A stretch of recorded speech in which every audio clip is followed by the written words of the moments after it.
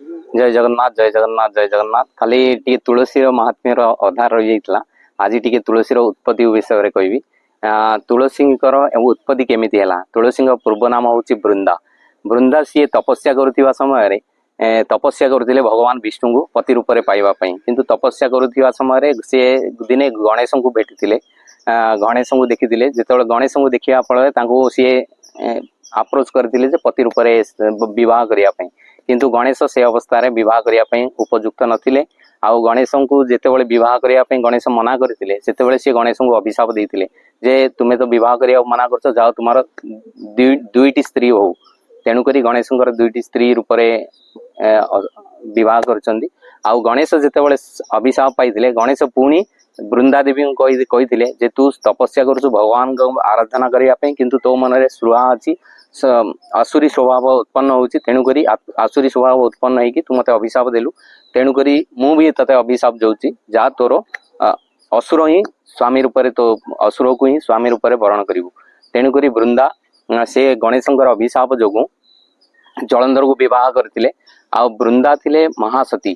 तेणुक बृंदा को जेहेतु जलंधर जड़े असुर थिला, सी असुर स्वभाव किंतु सी जिते बड़े बृंदा सती थिबा जोगु ताकू किए भी असुर माने भी देवता माने भी मारी पार नथले। इवेन तो शिवजी सी अंश थिले। तेणुक किए भी तांको परास्त करि पार नथले कि मारी पार नथले। तेणुक भगवान जेते बेले सीए जलंधर जाइकी शिवंकर स्त्री उपरे निजर रूप बदल की जाइतिले।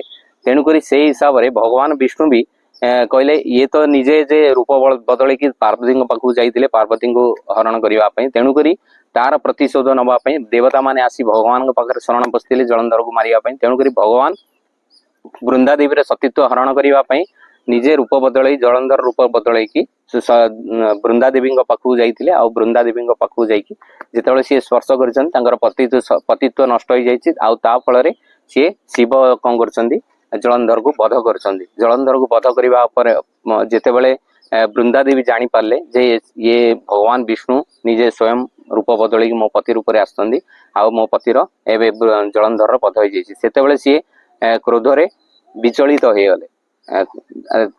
तेणुक जो राग स्पर्श देखी क्रोध देखिकी भगवान से पत्थर सदृश हो जाते, मतलब स्तब्ध हो जाते। तेणुक बृंदा देवी भगवान को अभिशाप देते जे तुम्हें गोटे निष्ठुर पत्थर रूप में तुम मनटा पत्थर रूप में तुम्हें कार्य कर।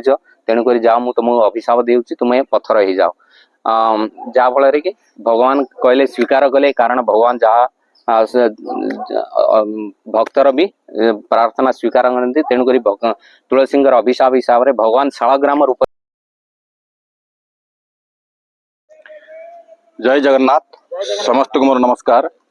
आज श्लोकटी हूँ कंठे मद कुद्रवज हृदय तामूलज मद लक्ष्मी मदेशु सर्वांगे पुत्र द्वारा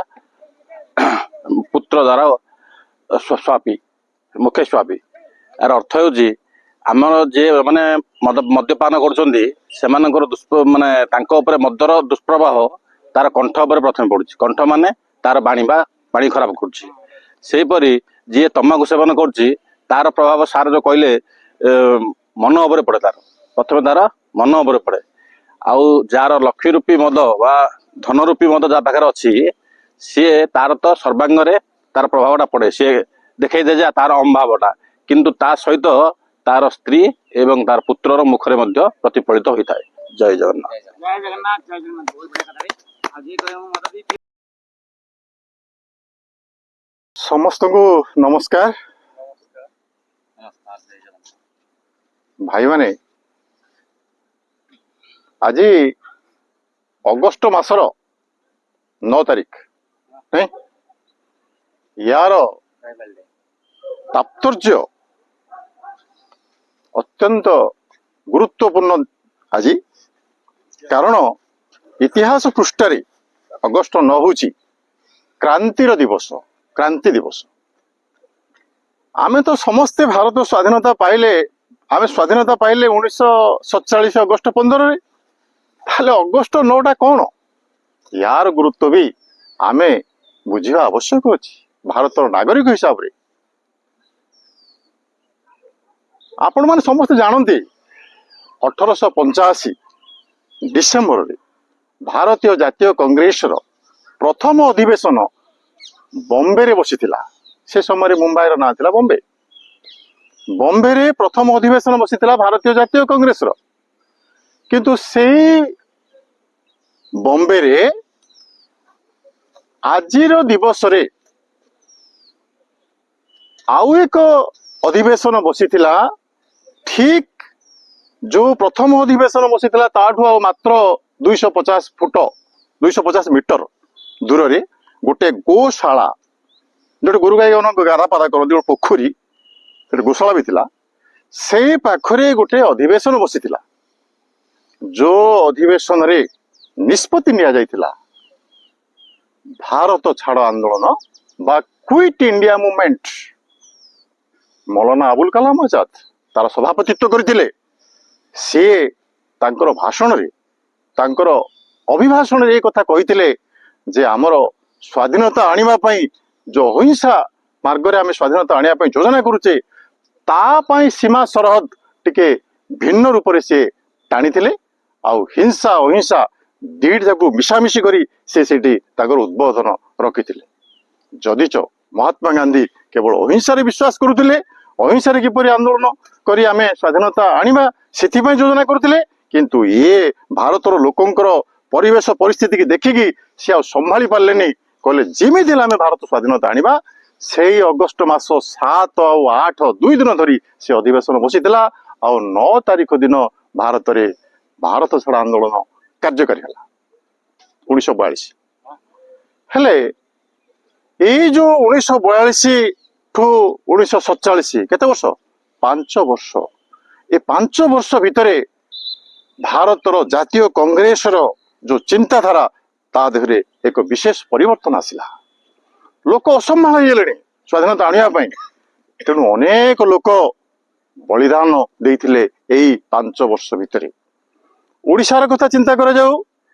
ओडिशा रे बाजी राउत लक्ष्मण नायक एवं अनेक वीर पुरुष सेमानकर जीवन को बलि देइथिले एई भारतीय जातीय आंदोलन रे। सेते बेलको कोरापुटर से पहाड़ पर्वत घेरा माथिल गाँव रे जन्म नहीं लक्ष्मण नायक तांको ब्रह्मपुर जेल रे फांसी दिया होता। सी कहले तांको शेष इच्छा थिला सूर्य जदि सत्य होता चंद्र जदि सत्य होता देखुब रही था स्वराज्य निश्चय आसीबो। एक कथा फिटिबार नुह एक कथा फिटिबार नुह। तांको कथा सत हला स्वराज आसिला। किंतु से स्वराज्यर स्वादु चाखी पारे ना। 12 वर्षर बाजी राउत ओडिशार से भारत छाड़ आंदोलन समय कथा सी तांकर प्राण बलि देइथिले। इंग्रेज मानकू जेतेबेले ना पारी करिया पई कहिथिले सी मना करिथिला एवं इंग्रेजर ब्रिटिश मानकर गुली से 12 वर्षर पिला छाती रे बाजिथिला नाउरी देहरे आउ सी सेठी टळी पड़िथिला। आपण माने जानती इंचुड़ी आपण माने जानती इरम। जय Jagannath. Today is third of the day. Only a hungry person can value the value of a single grain. Those persons' stomachs are filled. They cannot value the value of a grain. साथी माने केवल गोटे यार अर्थ केवल गोटे गरीब ही जानी पारिबो माने क्षुधार्थ ही जानी पारिबो गोटे शस्यर कौन मूल्य।